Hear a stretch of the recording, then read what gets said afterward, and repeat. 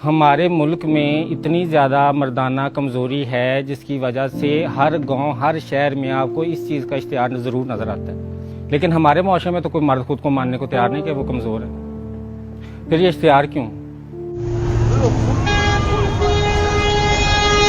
Camera on है, बता दो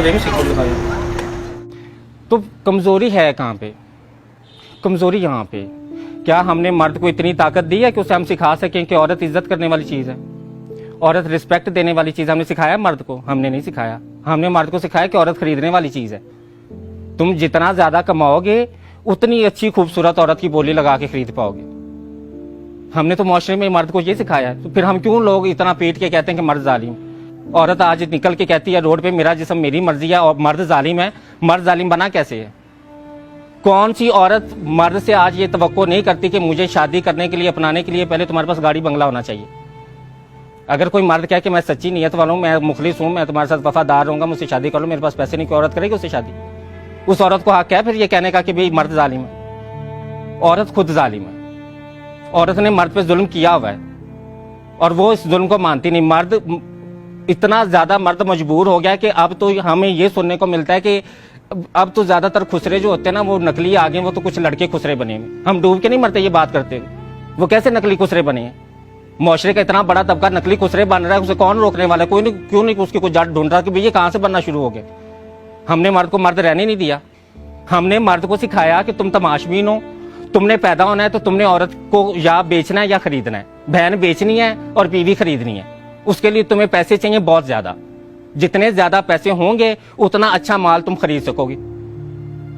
ये सिखाने के बाद फिर मर्द से हम किस चीज की तवक्को कर रहे हैं कि वो अच्छा मर्द बन के रहे सोसाइटी में? वो अच्छा मर्द नहीं बनेगा, वो इससे भी मजीद जालिम बनेगा।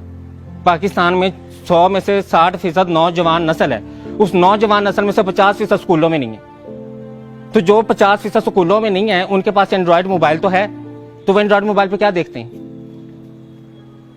वो एंड्रॉयड मोबाइल पे क्या कुरान और हदीस की तालीम सुन रहे हैं? क्या वो मोबाइल पे मुल्क को कैसे तरक्की की राह पे गामजन करना है वो नौजवान नस्ल ये सीख रही है जो स्कूलों में नहीं है? वो गंदी फिल्में देख रही है, जिनसी फिल्में, जिनको सुनते भी हम शर्मा रहे हैं, जिनका नाम सुनते हैं मैं कहते हैं कि सारा जान देखता रहे लेकिन हम बात ना करें। ऐसे ऐसे हम मुंह छुपाते हैं एक दूसरे से। क्यों? हमने अपने नौजवान नस्ल में मुआशरे को ना तो तालीम दी है ना ही उसे तरबियत दी है। तरबियत को लफ्ज़ हमें नहीं ना पता क्या है। हमने तो अफसर बनना सिखाया है। हमने बच्चे को शुरू से कहा कि तुम्हारे इम्तिहान में नंबर अच्छे नहीं चाहिए, चाहे बूटी लगा के आए, चाहे नकल करके आए, चाहे जिस तरह भी आए, तुम्हारे 100 में से 100 नंबर आए और तुम कल को बस CSS करके कोई अफसर बन जाओ और अफसर बन के तुम्हारी जिंदगी सेट है। तुम्हें ना अच्छा इंसान बनने की जरूरत है, ना तुम्हें इज्जत की जरूरत है, ना तुम्हें औरत की इज्जत करने की जरूरत है। अपनी इज्जत का तो मर्द को पता ही नहीं है। मर्द ने तो अपनी इज्जत पे कभी सवाल ही नहीं उठाया कि नहीं यार मेरी भी इज्जत। हजरत यूसुफ का किस्सा सुनाती हूँ आप। जुलेखा ने रोका, जिनसी अमल के लिए झिपटी। ताकतवर मर्द कौन था? उसने कहा कि नहीं मैं मुसलमान मर्द हूं, औरत नंगी भी मेरे सामने आ जाए मेरा ईमान नहीं डोलता, मैं उस रब से डरने वाला हूं। मर्द, असल मर्द वो होता है जिसमें बर्दाश्त होती है। ताकतवर में बर्दाश्त है ना, कमजोर में बर्दाश्त नहीं होती। कमजोर कौन होता है? जिसमें बर्दाश्त नहीं है। ताकतवर कौन है? जिसमें बर्दाश्त है। तो ताकतवर मर्द तो वो होता है कि वो नंगी औरत को देखता तो वो मुसलमान माशरे में आंखें झुकाता, वो सर मुंह फेरता, वो कहता है कि नहीं यार मैं अगर ये औरत जन्नम के रास्ते चल भी पड़ी है तो मैं तो मुसलमान मर्द हूं। मेरा काम तो औरत की इज्जत करना है, उसको इज्जत देना, उसका जिस्म ढांपना, उसका जिस्म नंगा करना नहीं है।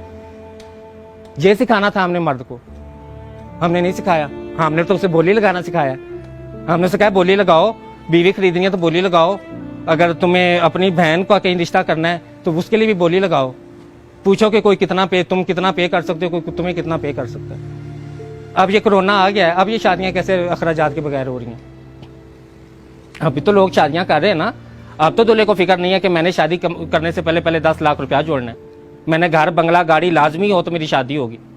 तो जब घर गाड़ी बंगला औरत देखती है ना, जब औरत मांगती है कि भाई मैं शादी करने के लिए घर बंगला गाड़ी मांगती हूँ, तो फिर जारी बात है मर्द भी बोली लगाता है। तो हम बेचने खरीदने का काम कर रहे हैं। हमें सिखाना पड़ेगा कि रिश्ता क्या है, शादी क्या है, निकाह क्या है, 3 कलमे पढ़ने का मतलब क्या है, कौन सा ये रस्म कहाँ से आई है? मुझे ये बता दें कि इस्लाम में, तो मुझे ये पूरे इस्लाम में ये रस्म नजर नहीं आती कि भाई दूल्हे को शादी के लिए जो है वो एक घर गाड़ी बंगला लाजमी होना चाहिए, सोशल सिक्योरिटी होनी चाहिए, फ्यूचर सिक्योरिटी होनी चाहिए। ये कॉन्सेप्ट कहाँ से हैं? कौन लेके आए सोसाइटी में ये कॉन्सेप्ट? जाहिर बात है, जब औरत मर्द से तवक्को करेगी इस चीज की, तो मर्द भी तो फिर बदले में मांगेगा ना। ये तो लेन का देन है, मार्केटिंग क्या है। आप बोली लगाएंगे, आप खरीदेंगे, तो फिर शराइत रखी जाएंगी। फिर जब आप दूल्हे को कहेंगे कि भाई तुम्हें शादी करने से पहले घर गाड़ी बंगला खरीदना है, तो फिर वो कहेगा भाई घर गाड़ी बंगला खरीदना है, तो फिर मुझे इस नक्शे की औरत भी चाहिए। औरत ने क्या की, औरत फिर मेडिकल क्लिनिक्स किस लिए खुले कि वो उस नक्शे की औरत बनाने के लिए, कि इनको काटो, इनका पेट काटो, इनकी छातियां काटो, इनके चेहरे काटो, प्लास्टिक सर्जरी के नाम पे काट काट के इनको पेश करो मार्केट। इस ट्रेंड में आज हम जिंदगी गुजारे। आज उस पेट काटने का नाम हमने लेपोथेरेपी रखा हुआ है। हम चेहरा काटते हैं तो उसका नाम हमने जो है वो प्लास्टिक सर्जरी रखा हुआ है। हम छाती काटते हैं तो हमने उसका नाम सिलिकॉन सर्जरी रखा हुआ है। हमने तो नाम बदल के तो उनको बड़ा ग्लोरीफाई किया हुआ है ना। उनके नाम ऐसे ग्लोरीफाई करके रखे हुए कि कोई ये महसूस ना करे कि मैं जिंदा जान अपना पेट कटवाने लगा हूँ। ये किसी को महसूस ना हो, सबको ये महसूस हो कि मैं लेपोथेरेपी करा रहा हूँ, मैं पता नहीं हुसन का शहजादा बनने लगा हूँ। तो हमारे वक्त में तो फिर भी जो मर्द होता था ना, जब जवान होता था, तो मेरे नानी दादी जो थी वो देसी घी की खुराकें बनाती थी, वो मुझे नहीं बनाती थी कि नहीं बच्चा जवान हो गया उसको ये खुराक खिलानी।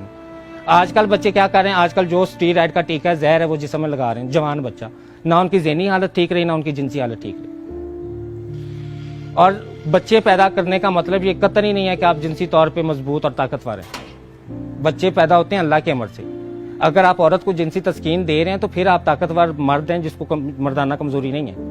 और अगर आप औरत को जिनसी तस्कीन नहीं दे रहे और औरत बगावत पे उतर आई और वो रोड पे कहती कि मेरा जिस्म मेरी मर्जी, मुझे तुमसे तस्कीन नहीं मिलती, अब मेरा जिस्म है, मैं जिसम मर्जी तस्कीन लूँ, तो वो उस मर्दाना कमजोरी का इलाज जो है ना वो खुराक से और ज़हनी सुकून से हो। जब तक मर्द के ज़हन में ज़हनी सुकून नहीं डाला जाएगा, जब तक उसके ऊपर से ये जिम्मेदारियां और बोझ नहीं हटाए जाएंगे, तब तक ये चीज़ें नहीं ठीक होंगी।